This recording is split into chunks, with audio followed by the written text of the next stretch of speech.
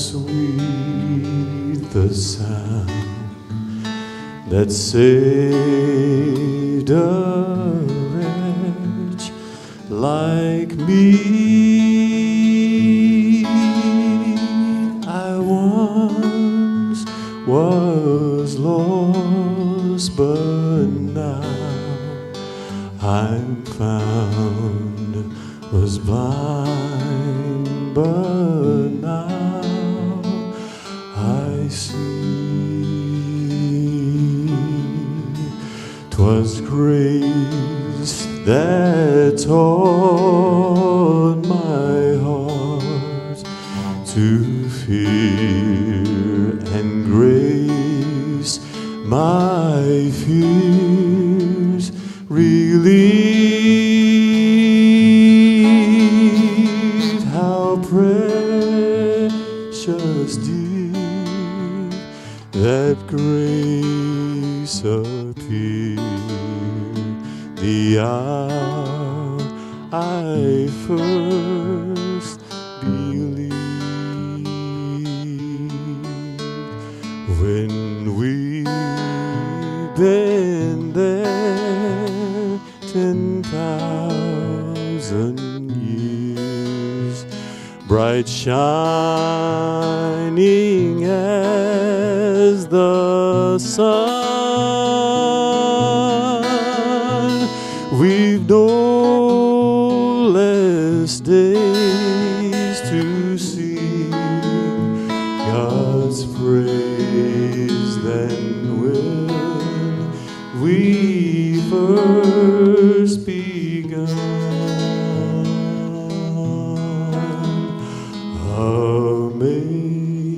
Amazing grace, how sweet the sound that saved a wretch like me. I once was lost, but now I'm found, was blind, but now I see.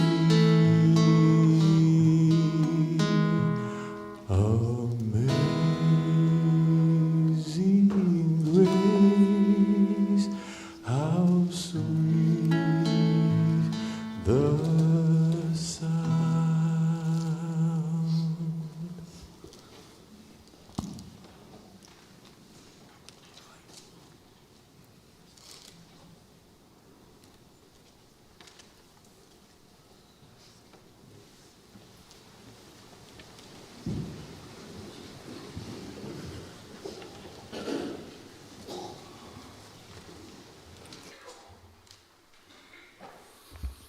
Mercy and kindness to the needy is a loan to God, and God pays back those loans, Proverbs 19:17. And from Proverbs 22:9, the generous will themselves be blessed, for they share their food with the poor. And in 1 John 3:17, if anyone has material possessions and sees a brother or sister in need but has no pity or compassion for them, how can the love of God be in that person? We all know that was not the case with Gary Semanchik. Gary was generous. He was full of compassion.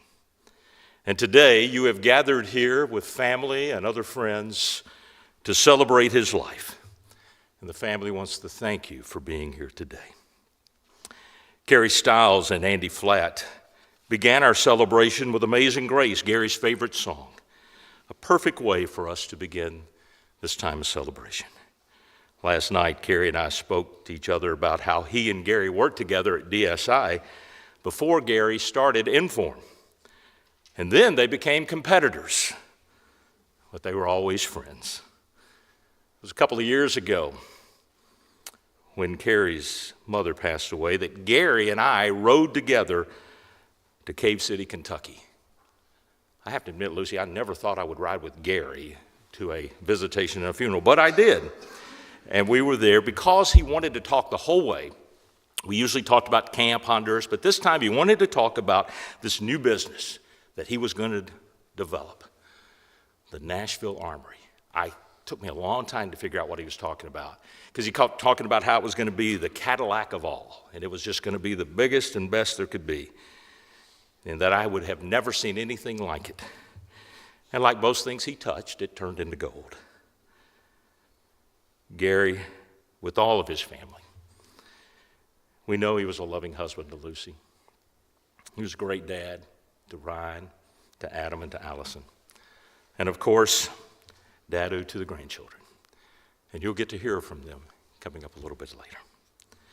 But for many of you out there, Gary was a mentor, he was a boss, he was a partner, he was a competitor, he was a coach, and I guarantee you he was a true friend.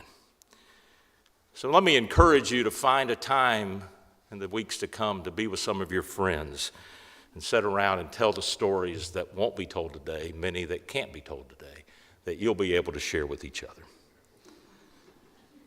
Gary was always straightforward with you. One thing about Gary, he was going to be honest with you, even when it hurt. You knew he was always shooting you straight. Gary, he never let up. But you know, in doing that, he never ruined a friendship. I can just hear them now as you all reunite. And you're still going to be there talking and being together. And so we think of that as you visit. Now, I know that Gary was very loud and often obnoxious, maybe all the time. Gary was loud, especially his snoring. And we all have stories that we can share about his snoring if we were ever close to anywhere where he was sleeping. But now to be Gary, I got to be honest. I'm one of the only people that I know who didn't have a problem with it. We traveled on mission trips to Honduras, and I could snore with the best of them too. It quickly became that Gary and I would room together. And really, Gary was hurt by it because I could sleep through his snoring. And it bothered him that he didn't keep me awake. He loved to laugh. We all loved to laugh with him. He enjoyed life. He had a lot of fun. He loved all the trips and things he did. He was glad to be with family, but I know my time with him was often at Honduras. And there, I never knew what he was going to do. But I learned quickly, just let him do it, because at the end, it would be right in line with what we had planned. He would finish the house, he would bless a family, and before that week was over, he would need to borrow money from me because he had already spent all the money that he had brought for the trip. But I knew that he was the boss. And everyone in Honduras knew he was the big kahuna. And there are friends in Honduras like Rainier and his family. They were blessed by your family and will always be blessed by your family. But actually, he was just a really big, soft teddy bear. He had a big heart, even bigger than his ego and his personality. I hope you've enjoyed looking at the pictures, enjoyed the slideshow, and just all the things you could talk about that reminded you about Gary. You probably know, but you might not know, that he was Santa even before the long white hair and the beard. He was one of our first Santa Clauses here at Brentwood Hills after I became youth minister. Scared me a little bit, but he was one of our first Santa Claus. He had a fake white beard, no white hair at the time, but he had a ho-ho-ho and, of course, a belly that was like a bowl full of jelly. He was a great athlete. Leesboro High School, Florida State, Jacksonville University. He developed a passion to coach, and that played a big role in his success in business. It also meant he got to coach the kids, he got to coach others, and he became a volunteer at Lipscomb Academy, the campus school at that time, and he developed a great friendship with Coach Glenn McAdams. What you may not know about Gary is that he was also a football sideline reporter for Mustang football on our Lipscomb radio network. Who in their right mind would have given Gary the freedom to talk on the radio? I think it was Bert Nowers that made that decision. He was our spotter. Can't be me that did that. Because you know, he was straightforward, he was honest. So there was a playoff game. Gary is on the sideline too close to Coach Mack, and he starts questioning what Coach Mack's play calling is all about. Even from the press box, I could see Coach Mack just go. He knew it was Gary. And despite all that, their friendship continued. And just think about that reunion they are having. Maybe some golf being played, but I'm sure Gary is still questioning those plays that were called during that playoff game. Well, it was the last Sunday of March. Barbara and I, a few months ago, decided that we would start going to the back of the auditorium and greet folks after services. And that Sunday, we moved from the center to this aisle. Done that a couple of times. And it was a day when most of the family was together. Adam came out, Ryan family came out, spoke to them. Here came Gary and Lucy. And Lucy stopped me to say, what's the name of the man who's with the stronger than your father, those young boys that need help as a father? And I told her Marcus, and both her and Gary just jumped on me. Well, Gary jumped on me. Lucy was very sweet and nice, but Gary was in my face, saying, I want those boys to come use the camp, to come to Sycamore Creek and be there at the camp. And she said, Daniel, can you talk to him? I said, I'll talk to Daniel tomorrow. We'll line things up. I'll get them to talk to Marcus McNeese and see if that's something they can do and see what happens. Because you see, over the years, Gary and I have had a lot of conversations, most of the time centering around our love for camp and for people coming to camp, and of course, our Honduras conversations and adoption and all the things we've talked about. And all of those centered around helping people. So we talked that Sunday, and I got with Daniel, and we start the process. And then on Monday night, before Gary died, Gary called me. I could hear Lucy in the background, and he wanted to emphasize to me, in only the way that Gary could do it, that I was to make sure this happened. He reminded me over and over again on that conversation that he was in charge and that I was to do what he said and that I was to get those boys somehow to that camp. And I kept telling Lucy, we'll do it. We got it. We'll take care of it. I assured him. And before the conversation ended, right toward the end, I said, Big Kahuna, I got it. We'll do it. I had no idea that'd be the last time I'd call him Big Kahuna. Gary and I had a great connection to all of these things. And I'm glad today that the family asked me to celebrate with you all the life of Gary Semanchik.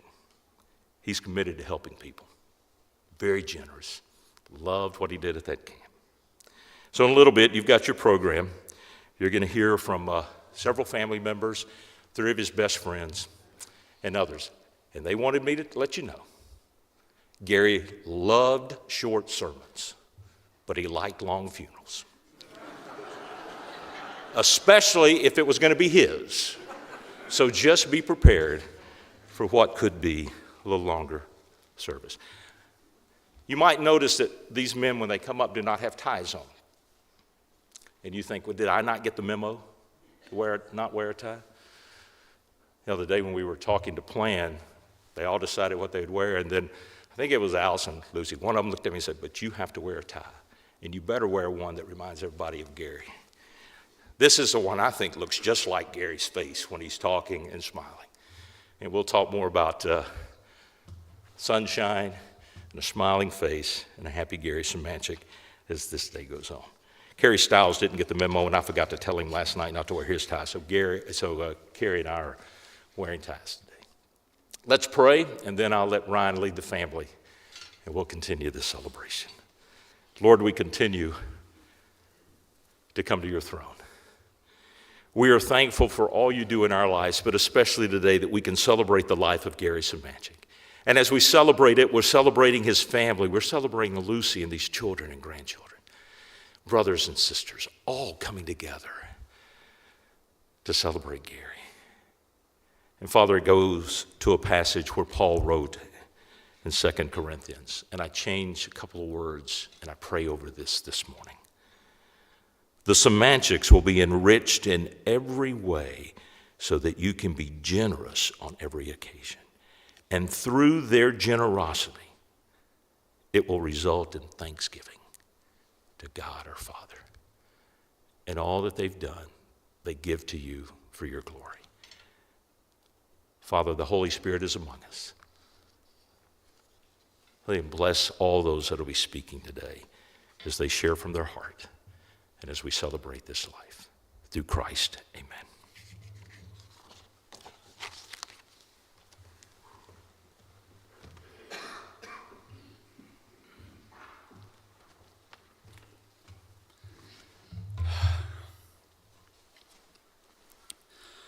On behalf of our family, I really appreciate you guys coming, being here to honor our father. I've told a few people today, I'm not sure what people do when they don't have as many friends as we have, a church family that we have. You know, you take it for granted until you really need it. And all the messages, all the text, we really appreciate it. And you've made us really proud of him, so thank you. I was blessed to spend a lot of time with my dad. We live next door, and because of that, we had a lot of evening walks together. We talked family, business, life. We talked about everything. Lately, he decided that he wanted to talk about his funeral. I'm not kidding. Anyone that knows how crazy he is knows that he will talk about anything at any time. Jonathan, you mentioned Coach Mack, and he always said he wanted to have as many people at his funeral as Coach Mack. And I said, sorry, buddy, that ain't gonna happen. I'm just being real. But he would always ask me, I want to know what you're gonna say at my funeral. I'd say, Dad, you can't ask me that. I'm just brushed it off. I didn't say anything, but he would always ask me, what are you going to say at my funeral? And he knows I don't like to get up and talk.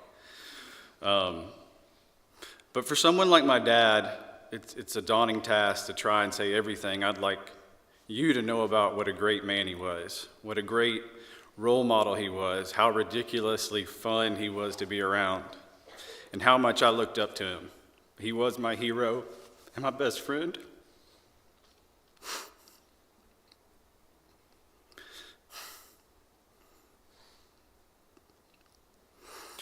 For most of you that know us, we had a unique relationship. He was my father, my business partner, my mentor, and my best buddy all wrapped up into one person. Like everyone, I loved being around him. I was blessed to see him as a father first, but also work with him every day in his different businesses. Not many people get the opportunity to see both sides of their father, and I was lucky enough to appreciate both. I learned a lot, and I'd like to honor him by sharing some of those lessons and examples. I was worried about it being too long, but I don't care. I'm just going to brag on him, which he would love. Oh, Stuart, can you bring me the clicker? I forgot the clicker. I've got some pictures.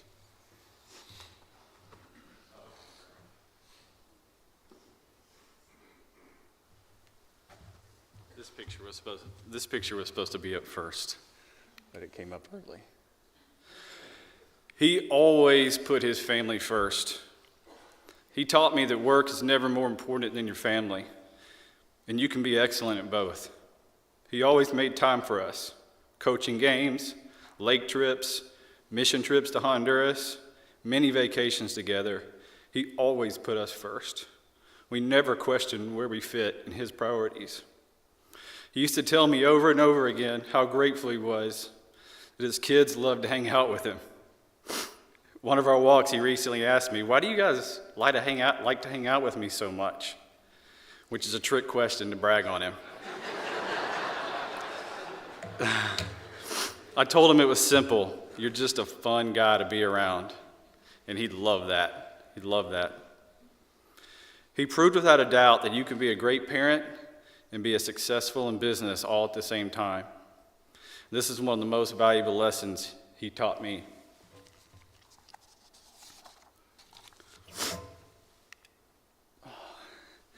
Many of y'all have already mentioned this to me today, but he taught me a lot about work ethic and business strategy. And my family hears this every single day, or, find a way to get it done, not a way to not get it done. Don't make excuses, figure out how to make it happen. Lauren made this for him last year, so I wanted to make sure and show it. The man was OCD on getting things done. If it was on the list, it had to be checked off that day. You might even find your own items on his list if he thought you weren't moving fast enough, which was the case for me. he'd call me every morning and tell me what I hadn't done yet and when was I going to finish it. He was able to accomplish things with incredible speed and proficiency, and it always amazed us. He led by example. He lived and practiced what he preached. No one outworked my dad. He was always the first person in the building, always the first person to offer help, always the first person to start providing solutions. And he didn't care if it was a dumb idea. He didn't care. He was going to figure it out, and you weren't going to stop him. He knew how to get the most out of everyone, how to push but also encourage, focus on your strengths, and put you in position to succeed. He made everyone around him better. He loved to grow and build things. He knew how to win and would not accept anything less. He was a fierce competitor. He was fearless, but he was also smart. He was not afraid to take a chance, but it was always calculated. He never missed an opportunity to make something happen. I learned so much from him.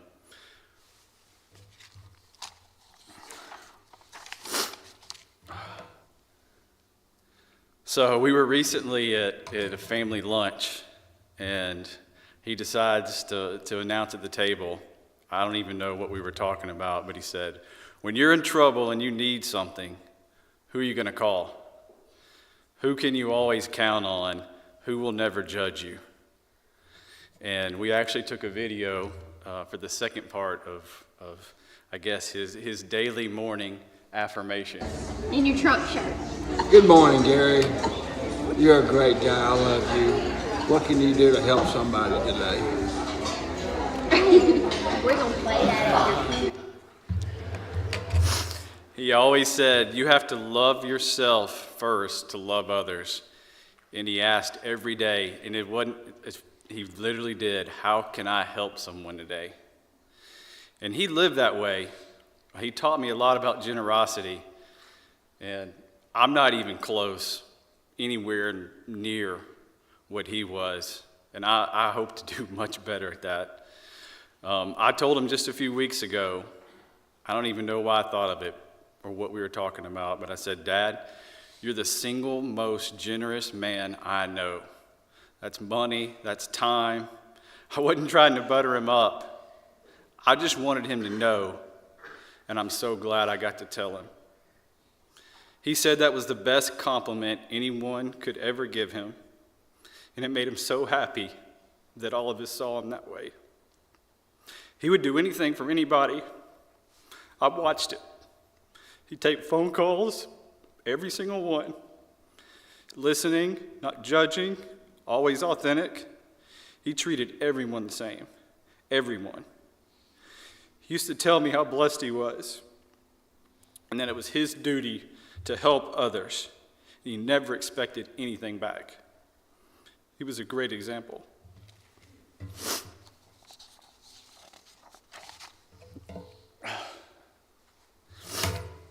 Encouragement. My dad was a coach at heart. That's what he really loved. He was everyone's coach. In fact, I think he could pick any job, he would have been a coach or stayed a coach. He exhibited positivity, excitement, and encouragement at all times. He loved being a mentor to others, and I had a front row seat for the many people he mentored, especially Kenan, John, and a whole lot of others. He loved taking young guys in and teaching them the ropes, molding them in his way. He loved helping the underdog. Everyone loved him because he was so encouraging. He made everyone feel special. I would see how everyone would light up when he entered the room, and always made us so proud to see how much everyone loved our Father. He always made himself available. He loved attention, and we all know that. But he always gave credit to others. He loved bragging on his family, his friends, and his employees, especially in front of others. And I've told many people that today. You know, as much as I've heard that he has bragged on us to you, I promise you he bragged on all of you as well. He was so proud of the people that worked for him. He was the king at this. He always seemed to know the right thing to say at the right time. He he motivated others to do better, accomplish more, solve a big problem, or just feel better about themselves. He knew how to push people to do more than they thought they could do and help them see the vision to achieve it. This is a picture, it's probably a month old. He would just drop by my office out of nowhere. He's usually standing in front of my window, beating on the door while I'm on a conference call. And he would just come in, camp out at my conference room and just work on stuff, see how my day's going, talk to me.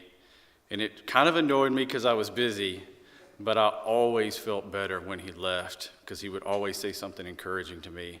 And the people that were in the office would say every time he left, "Man, I love your dad. He's so positive. I love it when he stops by." I will miss those drop-bys for sure.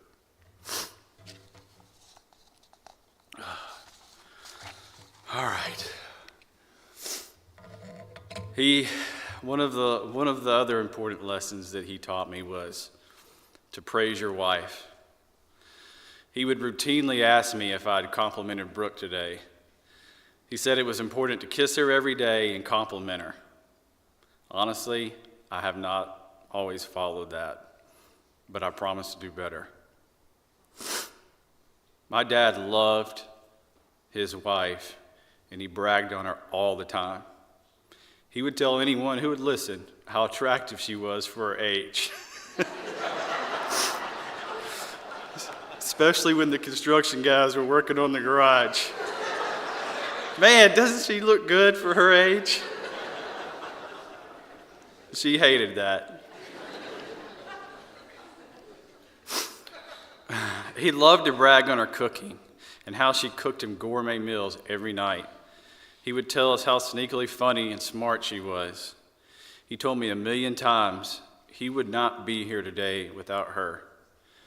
She was such a positive influence on him, and she was absolutely the foundation behind his faith and a big reason, if not the reason, we know he's in heaven today.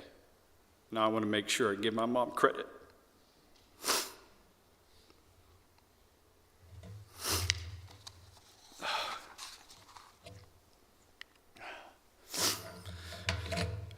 We did a ton of stuff together. I've said this many times, I have no regrets. I spent so much time with my dad. Lake trips to work on his projects, man cave visits to watch and talk over games, evening walks and talks together, plenty of FSU and Titans games. I don't know what we're going to do. He and Stewart were the King Titan fans. But it doesn't feel the same to go without him. And we did get to go to Scotland in September, and that was, man, what a trip. Jeff Hunter and I talked many times about really wanting to do this trip with our dads while we could together. And then somebody bailed out, and we got his Uncle Mike to go, who had never flown on a plane his entire life. And somehow we talked him into it. And my brother got to go. But we had so many fun trips together. He's so much fun to be with, and I'm going to miss it.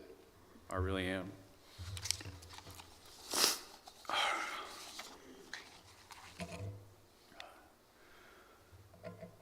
All right. Let's actually do this. I always told him if there was any trait I could have from him, it would be his daily positivity and authentic passion for life. He blew my mind how excited he could get about anything. From the time he put that vending machine in at work, John, and he was running around the office because we got a new vending machine. And I'm like, how do you get excited about that?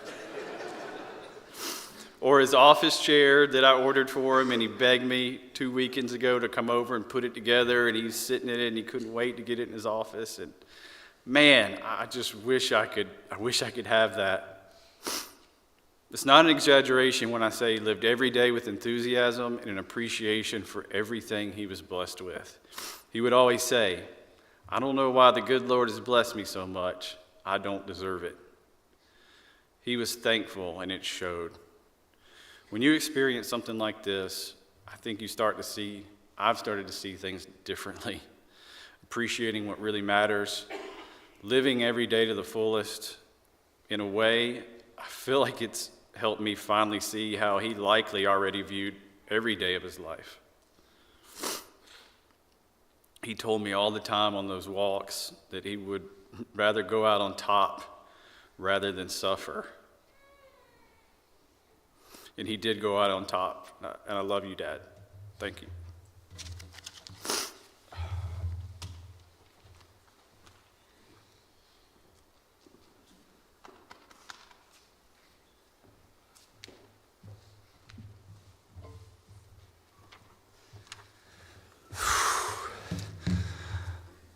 I love everybody. Thank you for coming. Ryan, that was unbelievable. You couldn't have said it any better. What can I say about my dad, Gary Semanchik? When Dad walks in the room, it's game on. He would light up the room with his laugh, his smile, his stories. People would say, "You are so lucky to have a dad like that." I know y'all heard a few of these other things, but these are some of his sayings. As a joke, I don't believe you got to read the Bible every day. I've never read a book in my life. He would tell everybody, "You do these 3 things, and I think you'll be all right." Love God, love others, help people in need. And as a joke, he'd always say, "Jonathan and Walt, you stole my sayings." He would say at church every Sunday. I know he heard this, but every morning in the mirror he would say, "Gary, you're a pretty good guy. What are you going to do today to help somebody? Find a way to get it done, not a way to not get it done. Just do it and get it done." His goals in life every day was make people laugh. The more you laugh, the more he goes. Making sure you're happy. Every morning he would say, "Are you happy today? Have you been on any dates?"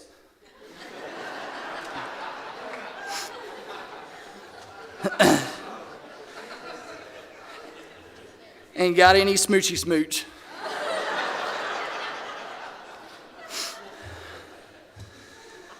And it is always helping others. If somebody called him for help or needed money, he would just do it in a heartbeat. If somebody needed to borrow money, no questions asked. Sometimes they would pay him back and sometimes they didn't. And he knew who wasn't going to pay him back and he just didn't care. Things he loved the most: coaching our basketball and baseball teams when we were growing up. When we were little, while working, he would do all that while working a full-time job. At night, we would pull him off the couch after hard days of work, didn't matter what time it was, shoot basketball for hours. His golfing, his fishing, Titans games, Whitfield's farm, the lake house, Gulf Shores.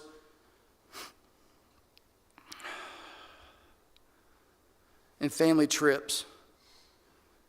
And our family going to church every Sunday together and eating together, no matter what.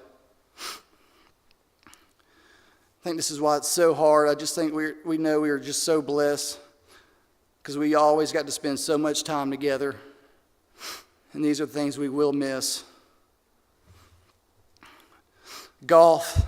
We had the best opportunity to play the best courses in the world with my dad, brother, Uncle Michael, friends. But Dad didn't care where he played. He always said, "I hate golf. But I get to fellowship with friends and family, walk, win some money, and smoke a cigar." Fishing. Best times was fishing with my dad. It was always competitive competition, who caught the most.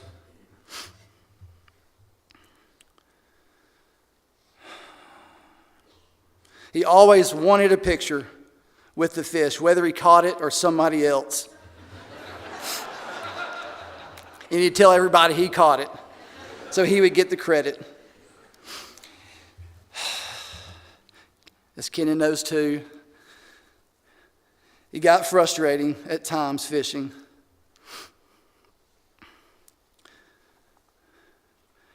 Whether he's throwing the lure, got caught in the trees, or it got stuck somewhere, we had to make time to go get that lure out. He would not want to cut the line. He would always want to save it. And we would just always laugh about it. Going to Titans games with my dad, Ryan, Stu, Jason, Ethan, and Mac. We'd go to every home game and tailgate and watch the away games at the pool house. And it always had to be live and not recorded. Monday night football. Dad loved and looked forward to that every week. We really didn't pay that much attention to the games. It was just an excuse to have fellowship with friends. We'd just sit there, tell stories, talk about life.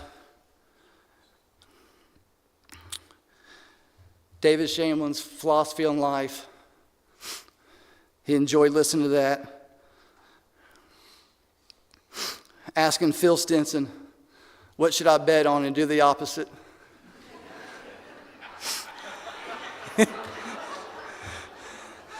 Listen to Doris's laugh.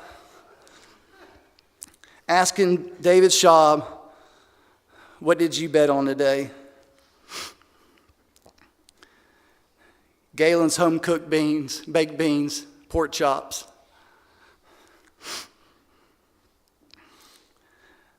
Al Carmen, always talking about golf and loving everybody.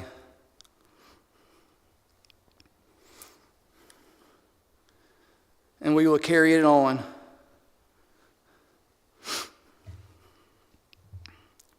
I hope I'm half the man my dad was.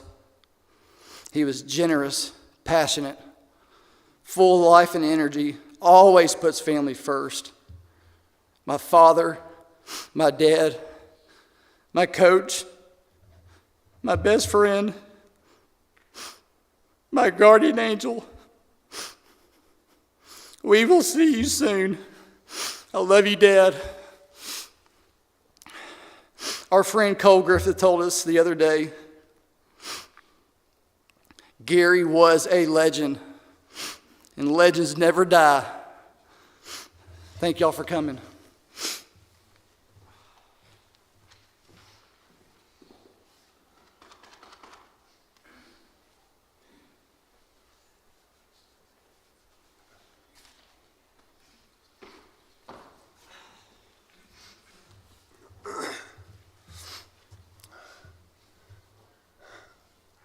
I'd like to echo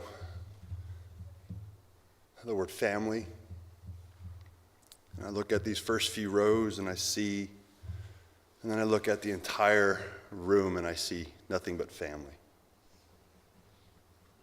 I didn't know what that word meant until I met this family. I've never once felt like the man that married his daughter. I've always felt like one of his sons.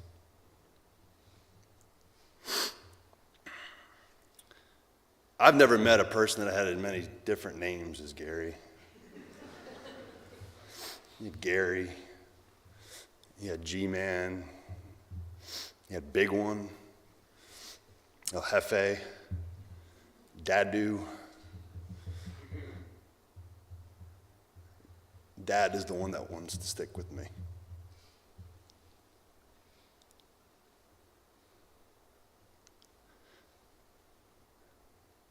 Selflessness is the word that describes Gary Semanchik.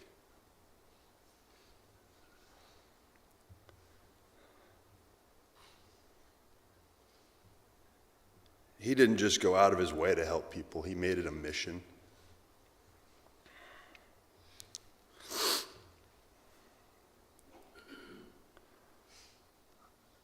have a wonderful family and 2 beautiful boys and a beautiful daughter. And there is not a chance that I believe that didn't happen without Gary Semanchik.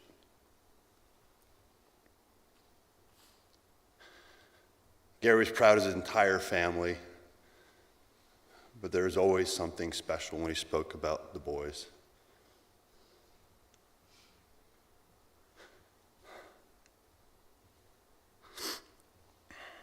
I remember going to a Titans game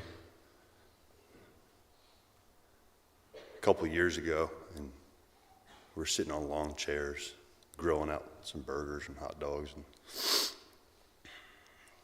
just out of the blue, he goes, "Jason, who's your hero?" I know Gary, he was expecting, some sort of military story or something to it. I said, "Gary, that's a great question. You're my hero." And he looked at me with a little bit of surprise. I said, "Well, Gary, why are you surprised? You are what we want to be. You are an amazing father, an amazing husband, an amazing brother. You are my hero." And in the same sentence, in the same minute, he turns around. He says, "Allison is my hero." And every single time that she had any one of her procedures or she was having difficulty, Gary was the first one there, patting her on the back, reminding her that she was his hero.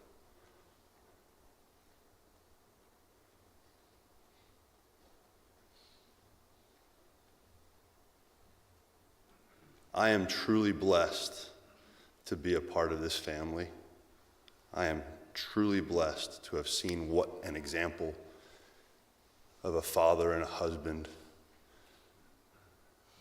look like. I can only hope to strive to be that.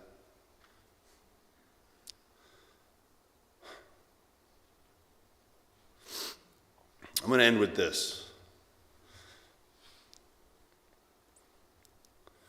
So here we were in Moscow, Russia.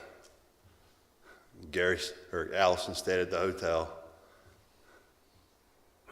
and he drugged me to the Hard Rock Cafe, Moscow. We met up with a bunch of Marines from the embassy, and that is where I'll end that story.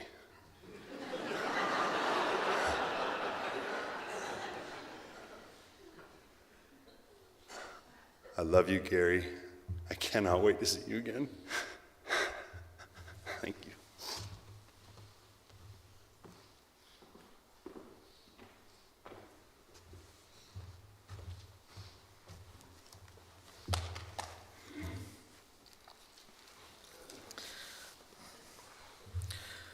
Boy, wasn't it a blessing to hear of a family's love for their father and their father-in-law. I mean, I feel very inadequate trying to follow that up. But Tom and Rick and I are going to try to talk about Gary as a friend. And, we're all sad today, but we shouldn't be, because Gary just had a wonderful life. Just a wonderful life. And we all hope that we can say that at some point. And when it's our time to go, because Gary truly had a wonderful life. We'll never forget his laugh, just brighten the room. We'll never forget his sayings. Another day in paradise. It's great to be alive in America. And the one he said all the time is, "Thank you, Lord." Sometimes he said, "Forgive me, Lord," but most of the time it was, "Thank you, Lord." I knew Gary in a variety of ways. We went to church together. We raised our kids together. Went on Honduran mission trips together, and we played a lot of golf together. And Gary was great to play golf with.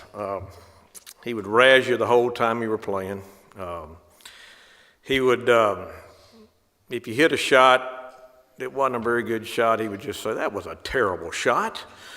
And you were his partner, you needed encouragement. He would say, "That was a terrible shot." And then if you were his opponent and you hit a ball and it might be close to out of bounds, I said, "Was that out of bounds?" "Yeah, that was definitely out of bounds." Or if you hit one close to the water, "Was that in the water?" "Yeah, that was definitely in the water." He would, this is one of the funniest things he did. He'd get up like you were at the Masters when they introduced a former champion of some kind. He would get up to the tee. He'd say, "Gary Semanchik, National RBI champion, second grade flashcard champion." And we just all die laughing. But Gary had a very profound statement about golf. Adam mentioned, he said he hated golf. He didn't hate golf, he loved golf. But anyway, he'd get up there and he said, "There's three things about golf." He said, "There's just being out in nature and just seeing God's creation and being able to walk and being in the sunshine or the rain or whatever. That was just a great thing about golf." Another thing about golf, he said, you're with your friends. It's a sport you can play that when you play it, you can be talking the whole time. And then the final thing is about the competition. And if he played terrible, it didn't matter. If he played great, he had a great time either way. And very profound comment out of Gary for that. Gary was very smart. He made the comment, somebody made the comment, Ryan or Adam won, about he loved to say he never read a book. He told me, he said, "I don't read many books, and the books I read, I like to make sure they got a lot of pictures." But Gary was a very good businessman, extremely good businessman. And I remember when he started making a lot of money, he came to me and said, "Ronnie, I'm making a lot of money now." I said, "What do I need to do with this money?" I said, "Well, Gary, you should give a lot of it away." He said, "Yeah, but I want to keep a lot of it too." And we know Gary, he would just, he would say things like that because he was just so honest. We all feel like that. But in truth, he did give a lot of it away, a lot of his time, a lot of his money. Larry Kane was his banker all through this time. And Larry told me that Gary was one of his best customers.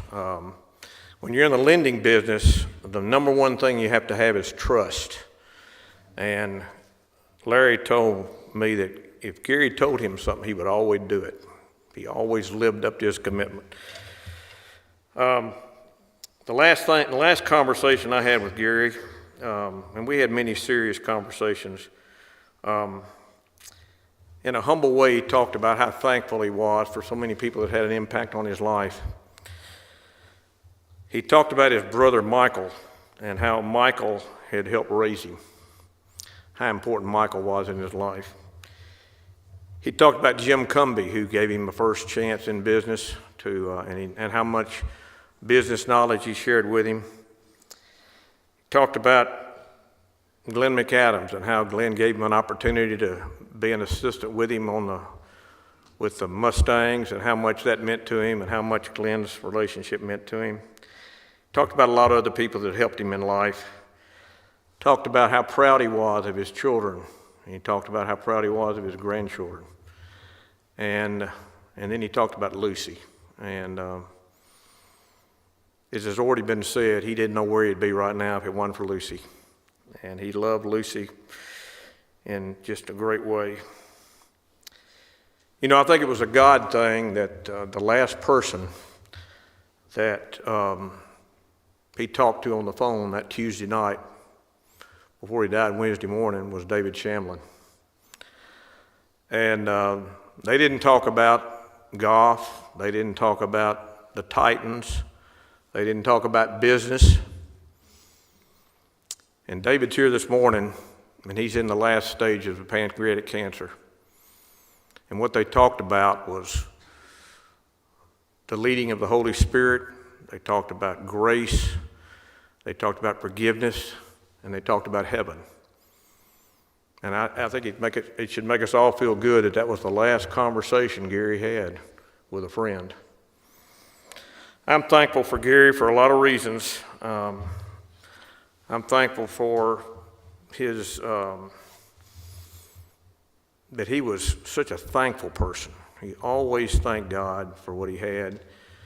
He was a man of gratitude. He was a man of immense energy, and I was just very privileged to call him a friend.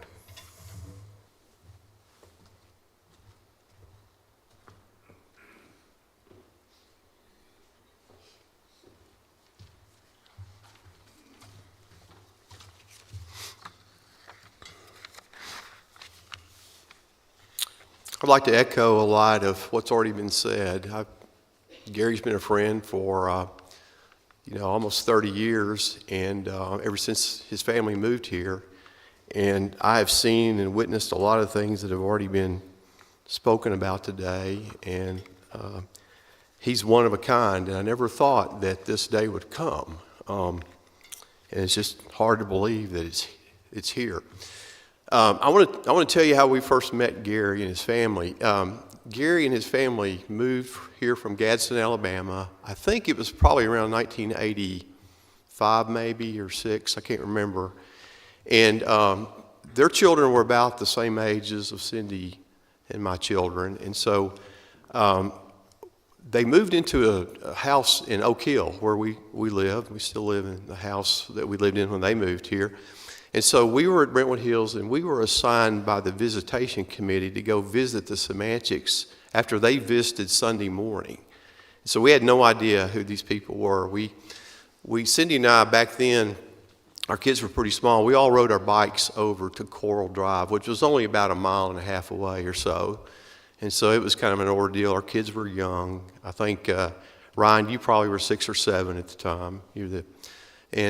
So we had one about 8, and then we had a 6-year-old and a 4-year-old. So we all rode over there and visited them and invited them back to Brentwood Hills, and had a good visit. I remember when we left, I was telling Cindy, that Lucy and the children really were neat, but that Gary was very strange. So that was our first impression of Gary. And they came to Brentwood Hills, probably not because of us, for some other reasons. They wound up coming to Brentwood Hills, and we became very good friends. And our children did a lot of things together. I remember when it was time for our boys, my son was Brad and Ryan, Gary's son, time for them to play Little League baseball. We joined the Creve Hall League, and they were 6 or 7 years old. And so Gary and I talked about it, and we took them over to Creve Hall, which was pretty close. It had been a league in this area for a long time. So we took them and joined a team together and started practicing. And I remember that first practice, poor Ryan could hardly even throw a ball. I mean, he couldn't even throw it. And he didn't know what to do. He didn't actually know how to use a glove. And so I told Gary, I said, Gary, you need to work with him a little bit. You got to work with him. And my, did he work with him? He took it upon himself to work with him. And Ryan became a great athlete, played college basketball and things of that nature. But that's how it all started and how our families met each other. And we had great times together. When our kids were young, we went on vacations. And back then, Gary didn't make much. He didn't spend a lot of time planning. I remember we went to Florida one year, and his family had to move from hotel to hotel every night. And we felt so bad about him having to move his little ones from hotel to hotel. And Lucy was so mad at him. And, I think we had to store their luggage some in between these hotel rooms. So we had great time growing up. Our families were growing up together, and that's how it all started. Just a more serious note, I was very blessed to work with Gary from a business standpoint. I've been involved with him ever since he started his first company. I helped him get his first loan for $20,000 to start Inform back in, I think it was like 1988, and we kind of all know where he came from there. So not only were our families close, but from a business standpoint, we were close. And, in the position I had, I was very blessed to see a side of Gary that maybe a lot of people did not see, because I saw how he handled his business affairs, and I saw where his money went, and, we had to account for it when we tried to do his tax returns at the end of the year and things of that nature. So it was it was really a unique position I was in, and I was in a position to see a lot of things that he did. And I just wanted to mention some of the things. Some of them have already been mentioned, but to see the true side of Gary, you could see how he handled his money. And it's true that he was very driven to close business deals. I always joked with him that he was addicted to the deal, and he really was. He loved to negotiate. However, if somebody was in need, he would do whatever he could to help that person. I have seen him loan people anywhere from $10 to $200,000. And like was mentioned earlier, without any hope of repayment. Now, he sort of expected the larger amount to be repaid, but still he was willing to do that. And there's not that many people that would do that. It happened routinely. There's people that he helped that, it was hard for me to even know about. And I'd learned later that he'd helped somebody. And it was just incredible. Most of you heard about Camp Sycamore Creek. I wanted just to mention briefly how that started. At the time that camp became available, I was on the board of Youth Encouragement Services, and they were having such financial issues that they were going to have to sell the camp. They couldn't keep it up. And so the board decided to put the camp up for sale, regretfully so, but it decided to put the camp up for sale. And there was a buyer. There actually was an offer, but if you looked at the offer, the camp would not have been able to be used by inner city kids anymore. Someone was going to take it and do something else with it. Well, Gary had sold one of his companies a little bit before that time, and I went to him and I said, Gary, we have this offer. I think it was $150,000 at the time. I said, we have this offer for $150,000, and if it's taken, Youth Encouragement Services won't be able to use the camp. I said, would you consider buying it? And that way, it could continue to be used. And he thought about it for not very long, and he said, yeah. And so that's how Gary became the owner of Camp Sycamore Creek. And then we formed a nonprofit and put it in the nonprofit. And he has spent a lot of his time working on that, throughout these years. And that was, I think, in 2008 that happened.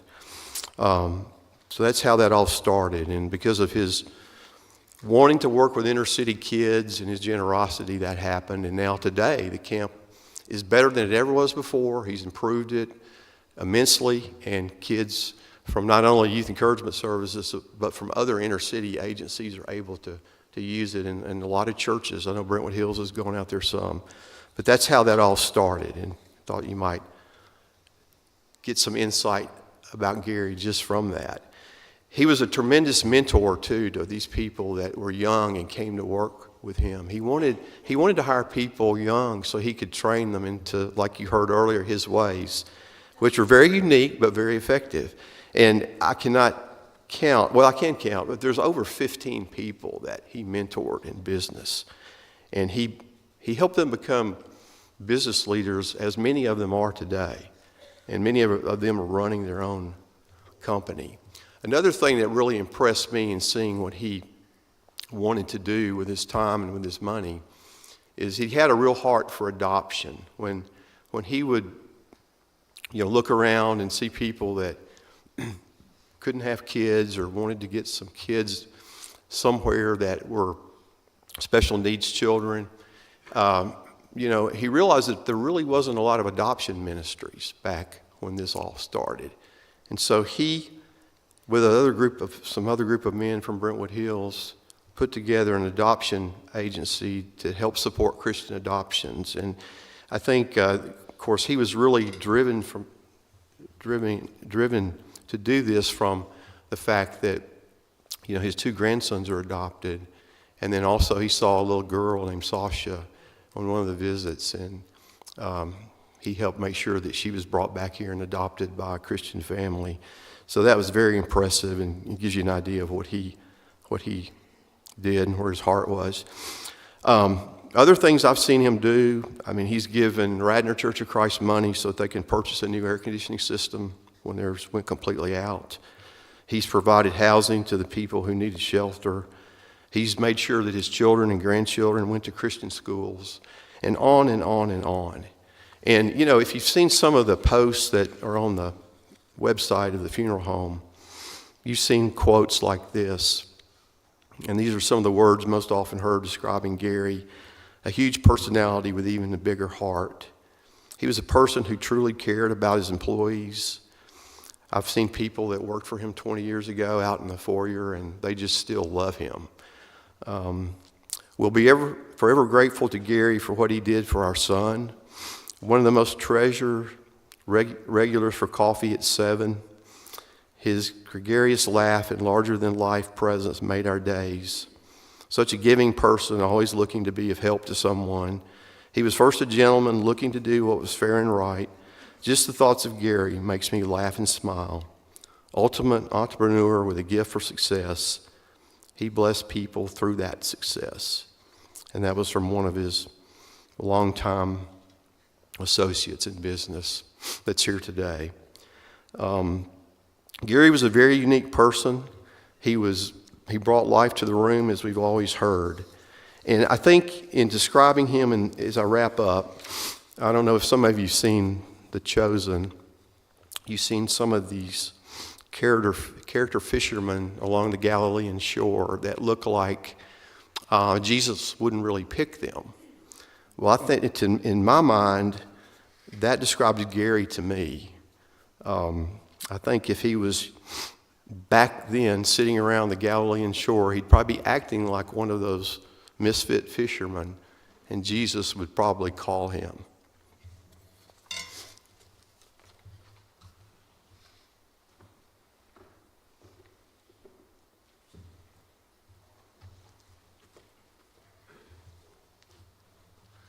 It's a little strange to be attending, much less speaking at someone's funeral that should have been at yours years ago. Gary always told Jennifer, if you ever need anything, call me. That's what I like people to know. If they ever need anything, I want them to call me. He sat there all night long in that hospital waiting room to see if Stat Malta, which was my assigned name, was going to make it or not. And for most of those hours, it looked like not. He showed up when Ty had a skiing accident and had to be in a wheelchair for a month there at our house. Gary came over every day, carried him down our porch steps, drove him to the Y, walked him down to the swimming pool. He took Adam with him quite a few times, and he only dropped him once.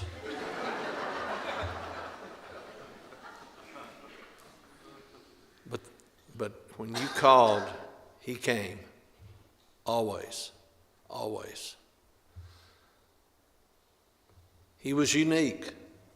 He's the only friend I ever had that when he walked into your house, he went to the refrigerator, opened the door, and stared at it. And if you had any dessert, it was gone. So we started, when we knew he was coming, we'd hide it in the stove, or he found it. I think we finally did the washing machine once and he didn't find it, but it was just, he was just always. But Lucy was always nice to make me a blackberry cobbler for my birthday. And for some reason, we didn't understand. Gary always brought it over. You know, it was in the middle of the day. Gary would bring it over, and he would push his way in and start complaining about how Lucy never made him that big a blackberry cobbler, as he rifled through our drawers and found a big spoon and ate most of it. But what was left was really good. Our kids, we were fortunate our kids overlapped. They grew up together. Been fortunate to live across the street from them for years. I was asked to tell some funny stories. There have been quite a few funny stories, actually, but I know one time when y'all lived out in Brentwood, Gary and I pulled up in the driveway, and Ryan had a canoe on his back, and he was going around and around the house, walking around the outside of the house. And we sat there, and Gary didn't say anything. I said, Gary, why is Ryan carrying that canoe around the house? Oh, I told him I'd take him to Canada if he could do 10 laps with that canoe on his back. He was 11 years old.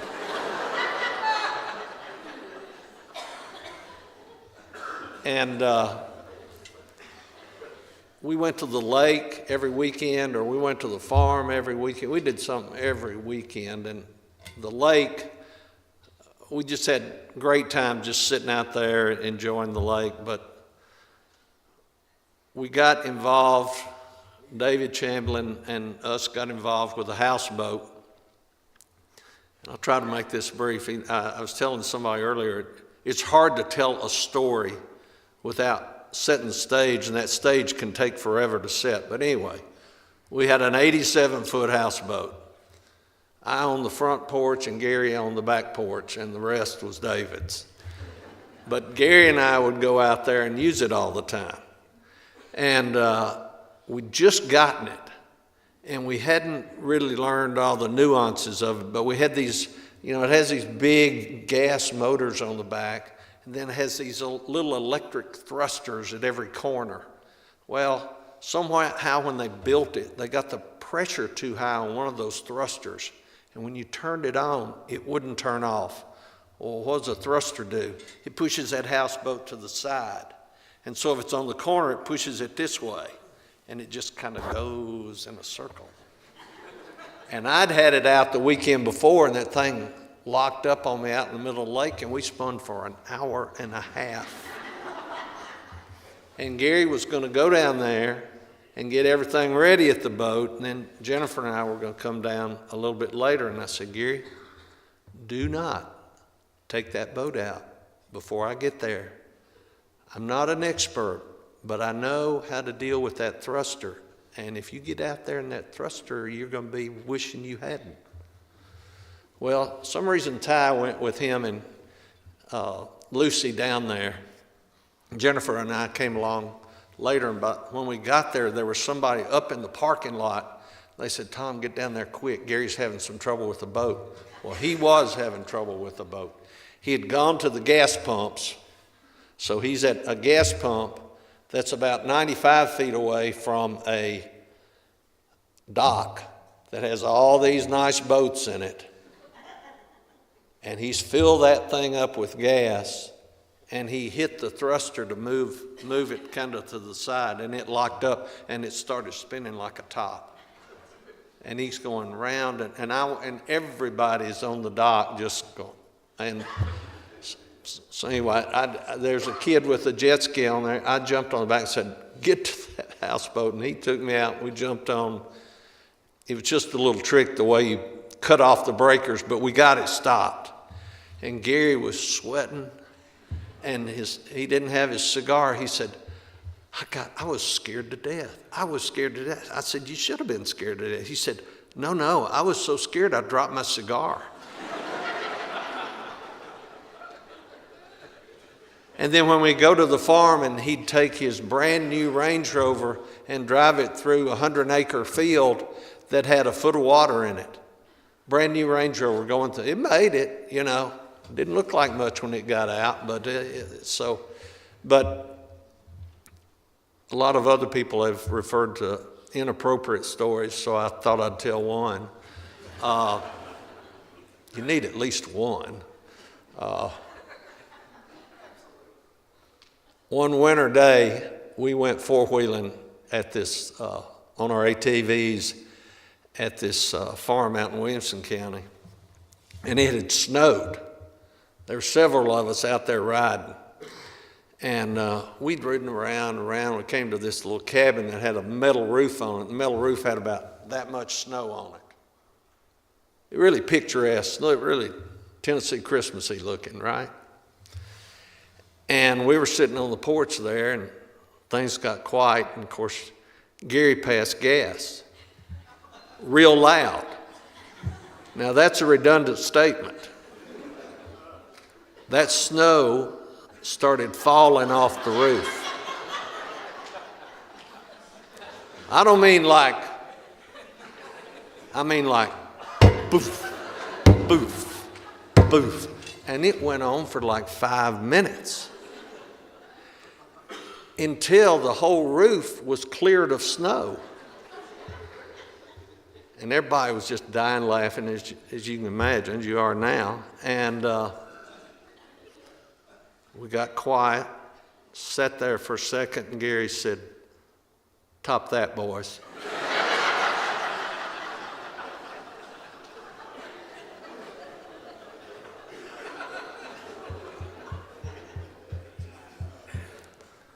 He was a great friend. He was always there when you called him. And I know he did a lot for different organizations. He was a great friend to lots and lots and lots of people, but he never let me down, and we will miss him. But I do promise you one thing. Up there in heaven, every angel, after 1 week, has a story about Gary. And they can't wait for a little break in the action where they can go share that with another angel.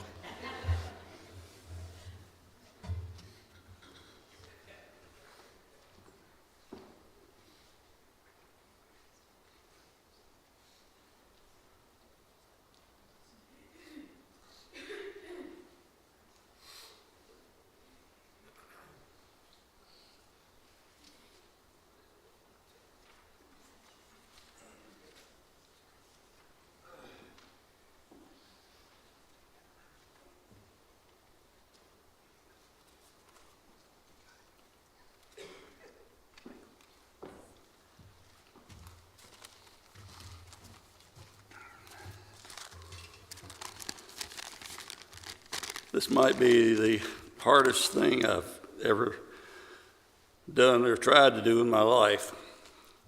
Gary and I were very close. There are two things in my life that I didn't think I'd ever have to do. One of them is flying an airplane, which I had to do to get over there with those guys and have a just absolutely wonderful time in Scotland. And the other is get in front of people and speak, which I had to do many times but never got comfortable. I coached for 35 years. But Gary was always very good at it. I couldn't speak at my mother's funeral or my dad, but he did a wonderful job. So I'm going to try to get through this the best I can. Be patient with me. Feeling of sudden loss and heartbreak has left me in shock. Gary and I have always shared a special bond as brothers. I pray that my faith in God will give me understanding and acceptance.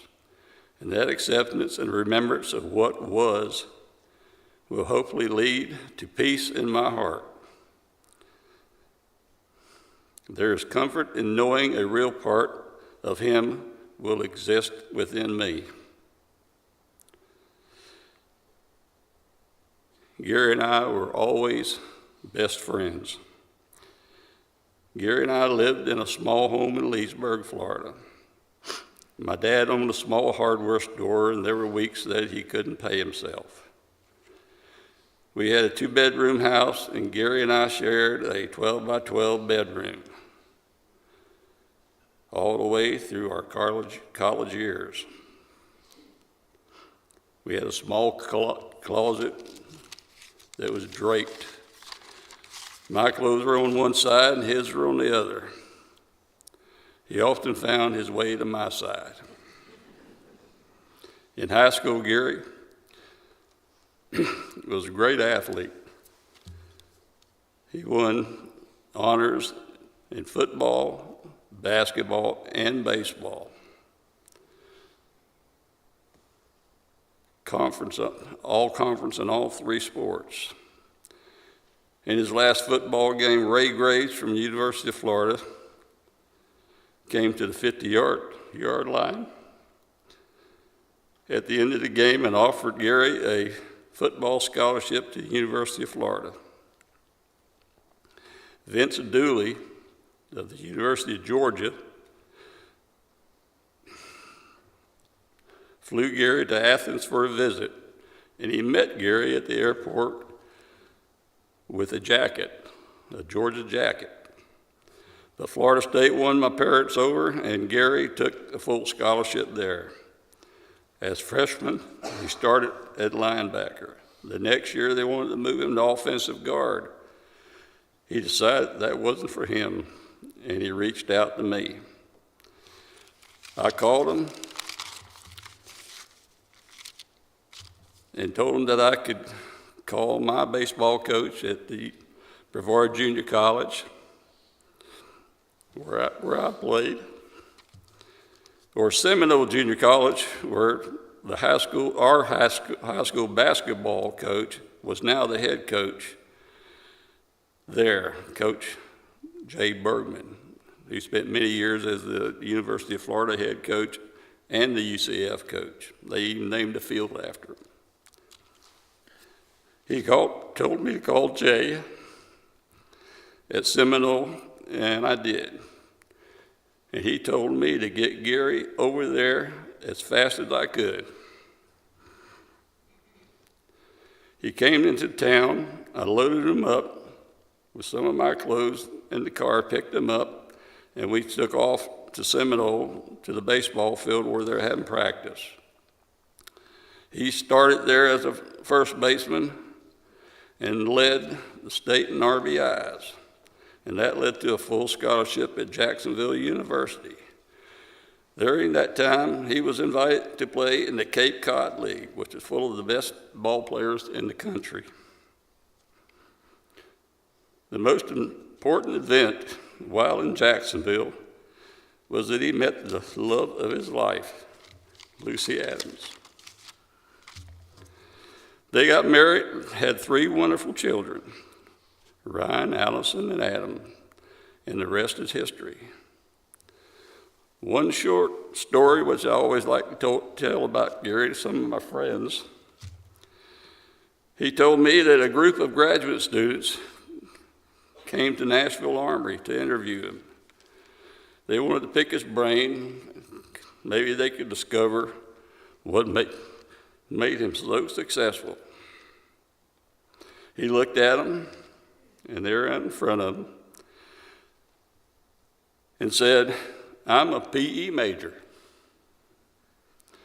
physical education."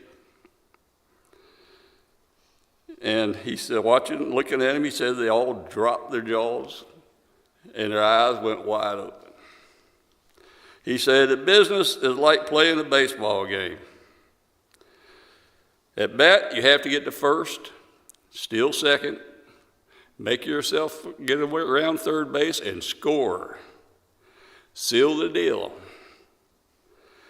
He was a very successful businessman using that philosophy.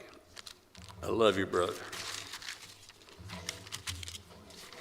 Don't know how I got through that. Thanks for having patience with me. What a tribute to Gary to see so many friends here celebrating his life. We thank you for joining us. Gary was a great guy. He was a special man, larger than life and full of life. He was fondly known by my grandchildren, Clay and Mackenzie, as Big G, an appropriate name because Gary had a good, generous, and grateful heart. He was the best brother-in-law ever, and my husband Michael's hero. Michael was so proud of Gary and all his accomplishments as a young athlete, a highly successful businessman, and the entrepreneur he proved himself to be. As such, Michael and Ryan organized the material to submit to Lake County, and in April of 2019, Gary was inducted into the Lake County Schools Alumni Hall of Fame. We've enjoyed many family celebrations over the years, but some of my favorite times are the travel adventures that were shared by the four of us. In 2003, it was Glacier National Park, Vancouver Island in Victoria, British Columbia, and the beautiful Oregon coast. 2010 was the Lake Michigan Loop. From Chicago, we went around to Whistling Straits, Wisconsin, up and around Mackinac Island, and finishing at the beautiful Arcadia Bluffs. Of course, you know, there was lots of golf that got us through all these trips. Now, I'm the photographer of all the trips, and I take forever to find the perfect picture before I'll snap it. Picture this, I've got camera shy Lucy on this side and gregarious Gary over here.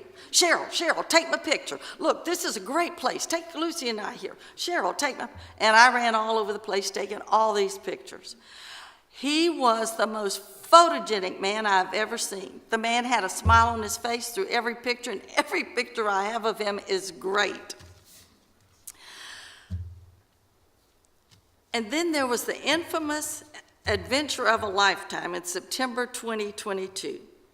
Gary took Michael, Ryan, and Adam to Scotland to play 12 days of golf at the most famous golf courses in the world. No one, not even Lucy, believed Michael would go on that trip because he had never flown in his life. Michael and I left Leesburg, Florida, and drove 15,000 miles round trip to Alaska by car. The man did not fly.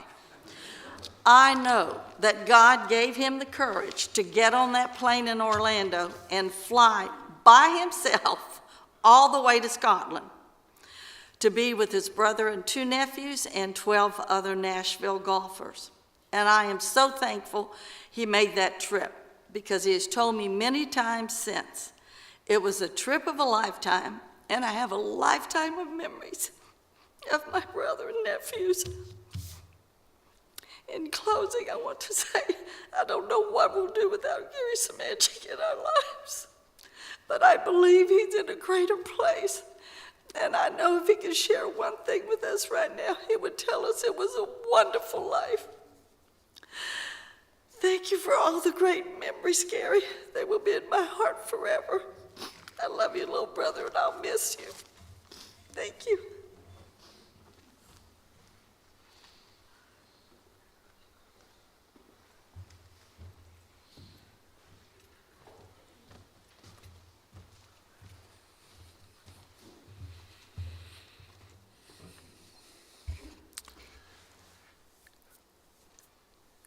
About halfway through today, these words came to my mind from the opening lines of Edgar Guest, one of his very famous poems. I'd rather see a sermon than hear one any day. I'd rather one would walk with me than merely show the way. And I thought, if you start with Jonathan, and then Ryan and Adam and Jason, and Ronnie and Rick and Tom and Michael and Cheryl, there have been so many word pictures painted today of some of the best sermons that have ever been preached in this auditorium.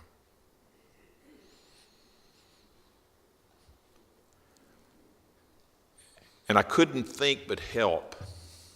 I couldn't help but think, is the way I'm supposed to say that. I couldn't help but think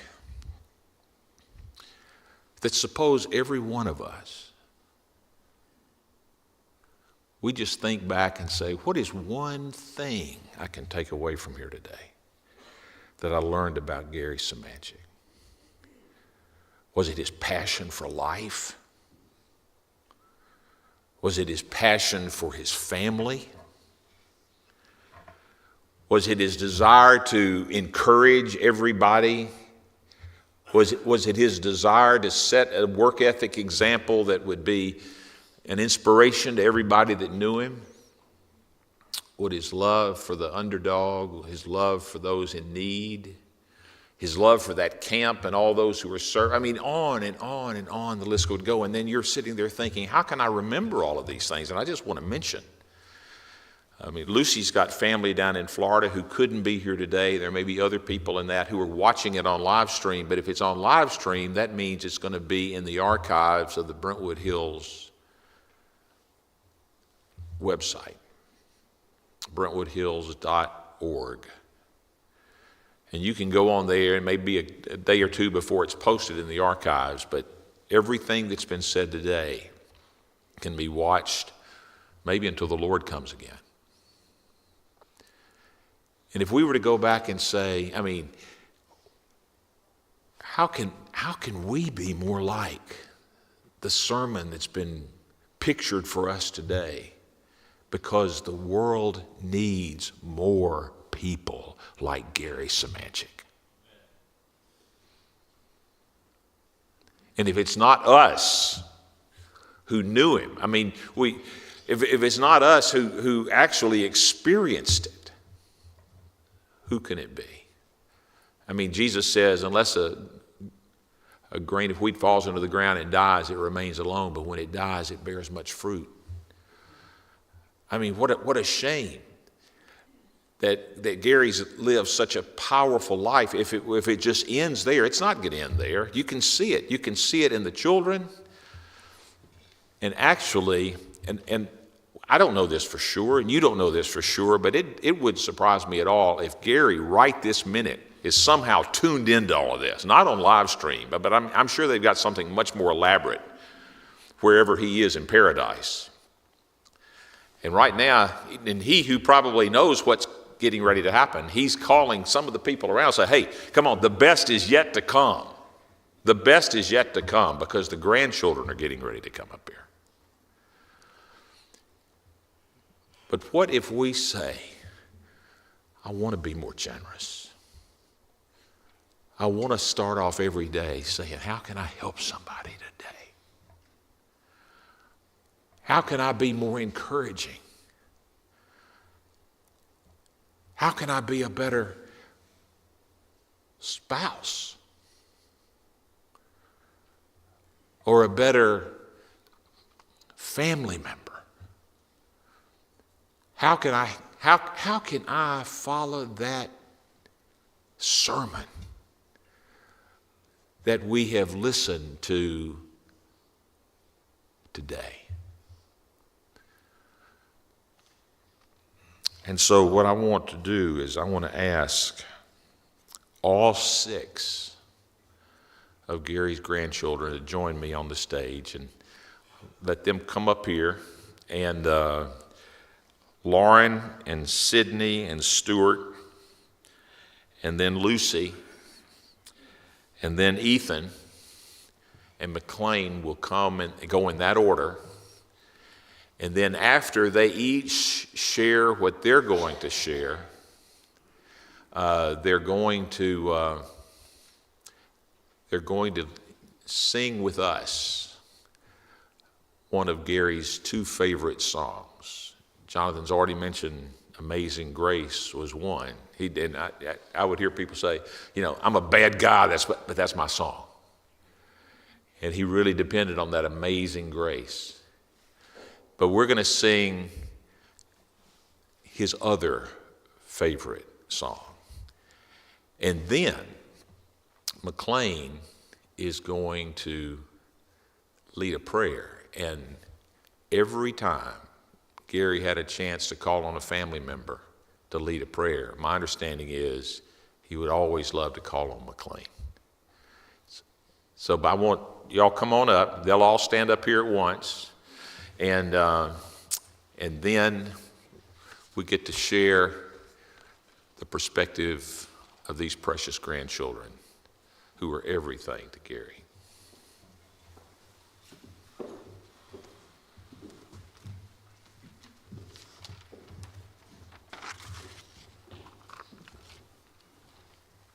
Okay. When I think of Dadu, I think of a kind and hardworking man with a huge heart. He was joyful, loving, so generous, and always striving to accomplish more. He loved us all so well. He was always willing to help anyone out, no matter the circumstances. He showed all people grace and forgiveness. He simply treated others the way he would have wanted to be treated. He was always there for me, and I knew I could always count on him. No judgment. There was never a moment with Dadu that wasn't interesting and memorable, whether it was him growing his hair out, falling down a hill while trying to kill a snake at the lake, asking my friend who he had just met to homecoming, or sneaking sweets from our pantry. He always made me laugh. He always found a way to make life fun, and he enjoyed living life to the fullest. And whatever Dadu set his mind to, he worked at it with everything he had, and he got it done. My grandfather was the definition of work ethic. Like Dadu always said, find a way to get it done, not a way to not get it done. And that's what he always did. He taught me so much. Dadu was an amazing man whose faith showed through everything he did, so I know exactly where he is now. He allowed God to work through him, and God's light shined so bright through him. He just made people smile. He was and always will be one of my biggest role models, and an example I want to and will follow. I will miss him and continually love him like crazy, but that will further push me each and every day to be more loving, to work harder, and to have a servant heart, just like him. I can only hope that I will grow to be even a piece of what he was, and I'm so extremely thankful to be able to call him my grandfather.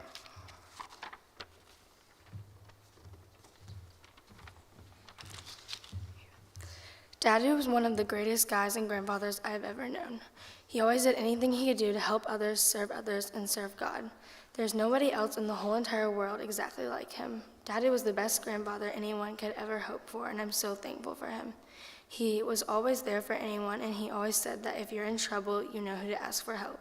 There's no doubt where he is because he always showed God's light through his actions in every situation.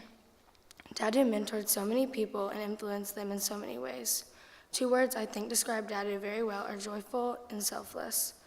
Matthew 25:40 says, "The king will reply, 'Truly I tell you, whatever you did for one of the least of these brothers and sisters of mine, you did for me.'" Dadu was always helping others in any opportunity he got. Proverbs 17:22 says, "A joyful heart is good medicine, but a crushed spirit dries up the bones." He always had a joyful and cheerful heart and brightened everyone's day. He always made people laugh and get the job done. We all loved him so much, and he loved us too.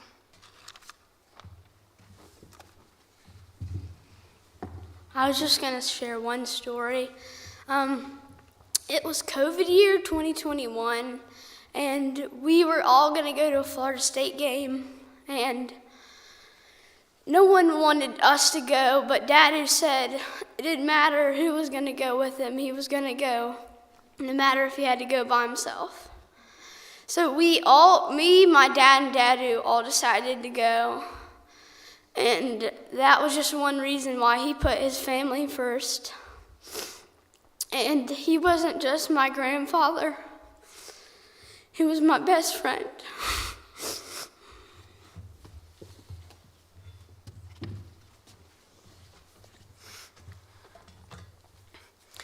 Over the past week, my family and a lot of our friends have been trying to seek comfort and direction during this difficult period of mourning and loss. We are leaning on each other more than ever before, which is exactly the way my grandfather would have wanted it. After all, he was, and always will be, this family's rock.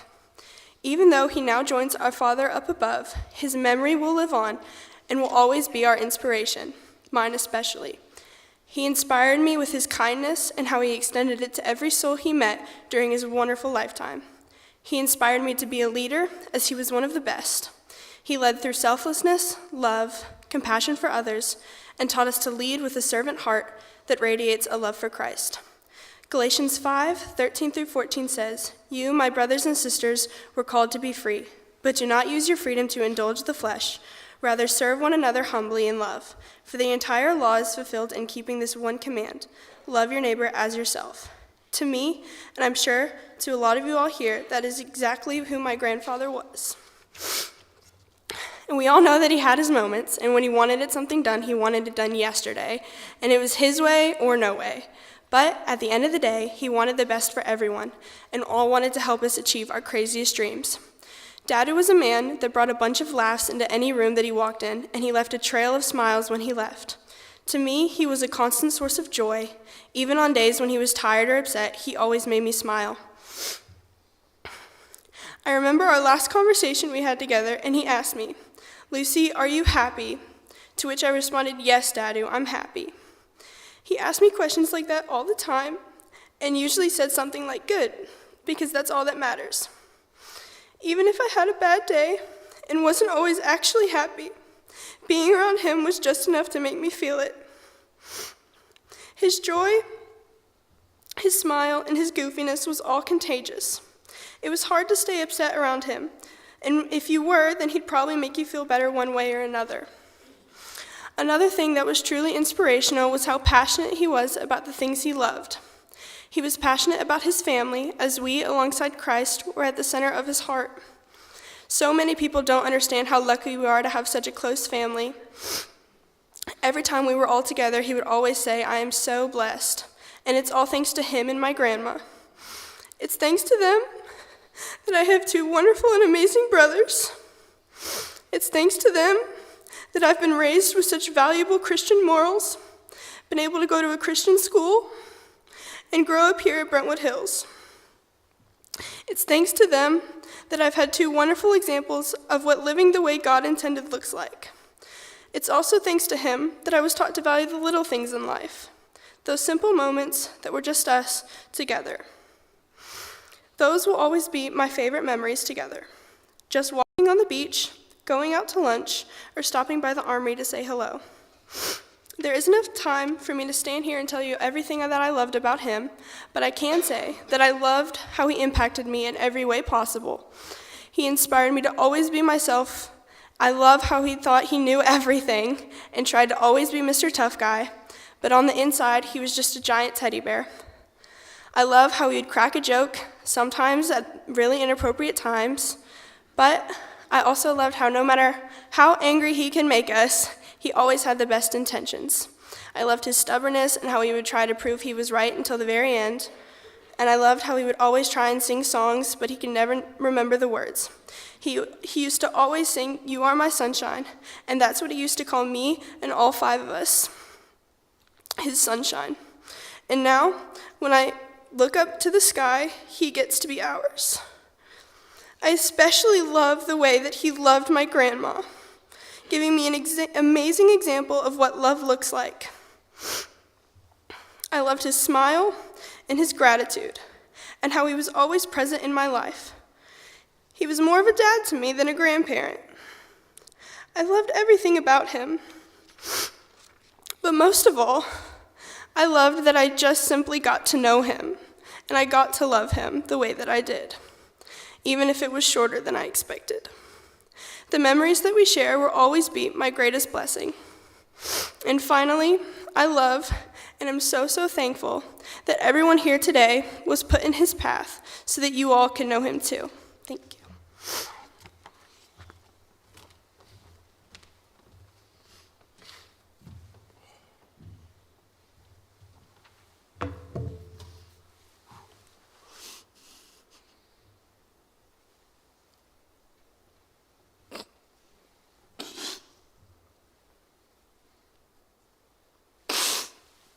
Sorry.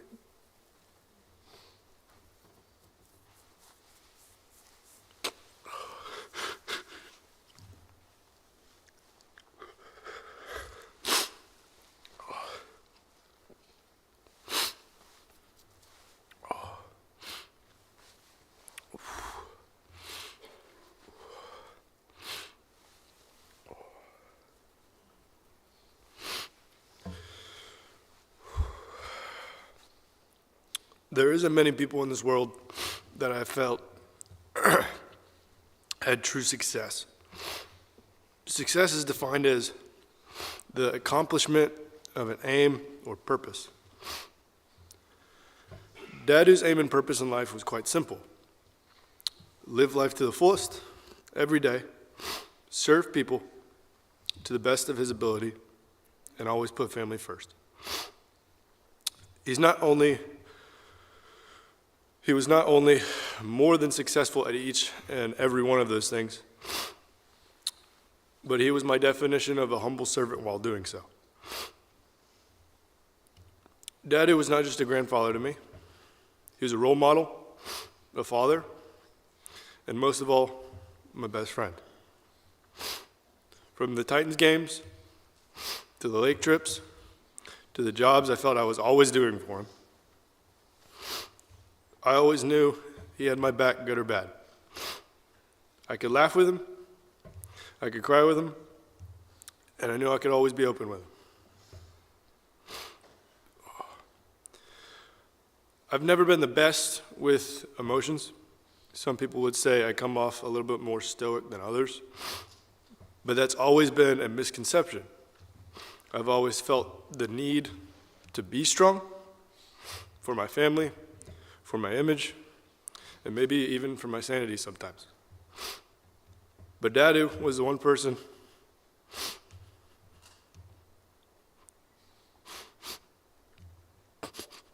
I never had to be stoic around.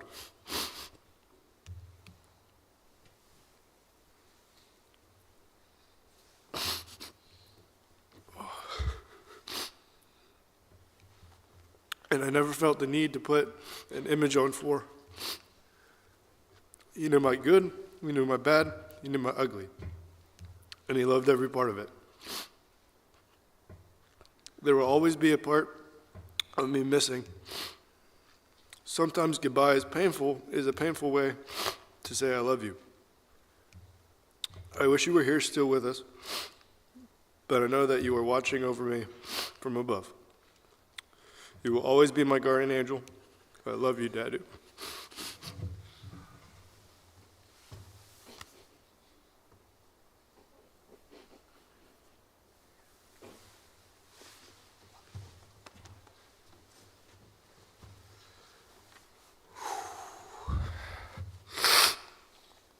I could stand here and say a million different things. One thing that Daddy knows me best for is just kind of winging it. He's given me the opportunity to say prayers and talk, and that's truly a gift from God. But there's so many stories and something I could tell you, but I come to you with the idea of joy. Gary Semanchik embodied joy. Joy is not just the idea of happiness, it's living that happiness, making sure everybody else was happy. 18 years ago, he took a chance on 2 boys in Russia. And that's what I'm forever, ever grateful for, that I can stand here from across the country and get to tell his story. Get to stand here every day and tell you about the great man that he was. He was not just a grandfather. He was a best friend. He was a dad. He was a brother. And what just I love about him, and I hope to always live out, is he said something that will always stick with me. He said, "What's mine is yours."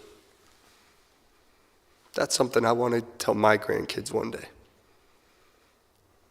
What's mine is yours. That's how he lived it. Anything you asked of him, he was either there or on a phone call on the way to get there.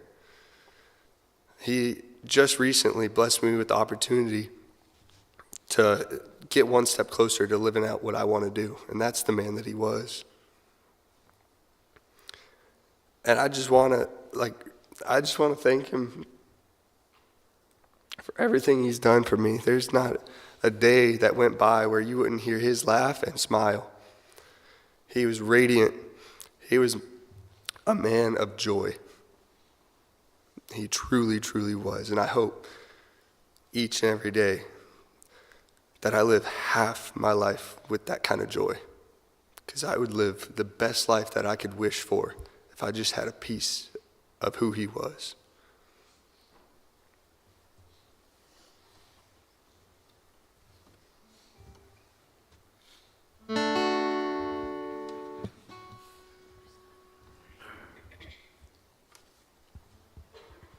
You are my sunshine, my only sunshine. You make me happy when skies are gray.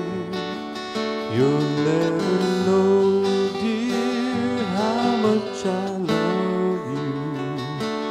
Please don't take my sunshine away. Everybody join in. You are my sunshine, my only sunshine. You make me happy when skies are gray. You'll never know, dear, how much I love you. Please don't take my sunshine away. So please don't take my sunshine away.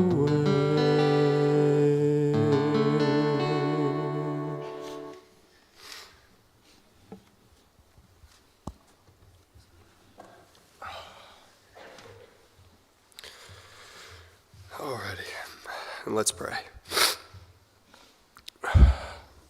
Dear Heavenly Father, Lord, you bless us each and every day to get to stand on this beautiful earth that you created for us. One man that is up there in heaven with you today saw that beauty. He saw that beauty not only in people, but in the things that you created, Lord. He loved the simple sunflowers. He loved everything that you had created right in front of him. He never took it for granted. And Lord, today we come to you with thanks for 73 amazing years of a man that you blessed this earth with. You blessed countless lives with. So many that are here and so many that are not here. But just meeting the beautiful man that you put on this earth was a blessing. And Lord, you gifted him with the fruits of the Spirit, and he lived those out. And Lord, we thank you for the beauty of his life and who he was. And his life will forever live on because he was a man that ran after you. Not only did he live to be a godly man, he ran after you. He was excited to see you in heaven, and that gives us another angel to be excited to see when we meet you one day. Lord, I ask that you just be here and bring peace in times that are troubling. Lord, you say it in the Bible, Romans 12:12. Be joyful in hope. The hope that we get to step on those steps, walk up to those gates, and meet you in heaven just as a beloved man got to do. Patient in affliction. We have to have patience to just get through the hard things, but know that you're right here with us. And that gives us more time on this earth to minister your word. And Lord, I ask that you empower each and every one of us to do so, like Gary did.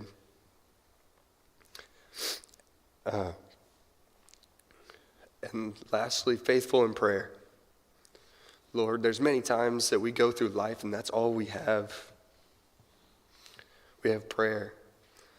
So we come to you right now in prayer and just the faithfulness in that to heal our hearts, but to also see the joy in seeing you one day and getting to see this beautiful man one day running the streets of gold, laughing and bring in that same joy that I just talked about to every single person up in heaven with you, Lord. We thank you for every single blessing, and we thank you for your Son who died on the cross for our sins, as that's the ultimate price that we can never repay. But Lord, we thank you for the opportunity to do what you did. And a man that showed that was Gary.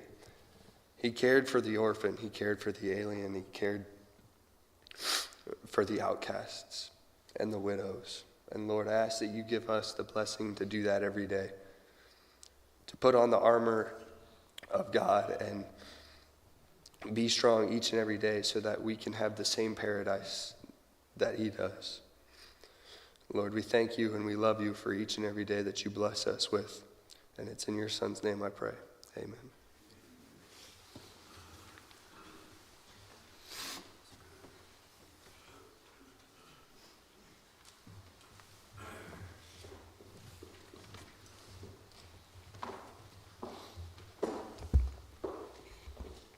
Ron, I can only imagine that when he asked you what you would say at his funeral, if he could have had this in mind, he would have said, well done to all of you. Thank you so much. We'll end with the same song we began with this morning, Gary's favorite, Amazing Grace. And I'd ask you all, if you would, join me in singing that together. The words will be on the screen. Let's stand together, please. Amazing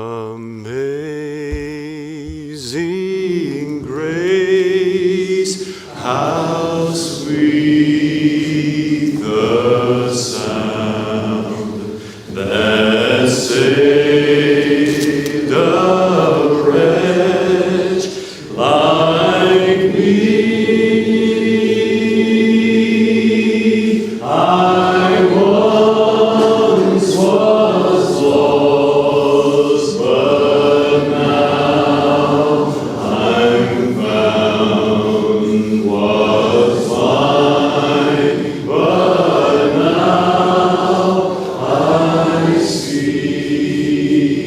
'Twas grace that taught my heart to fear, and grace my fears relieved.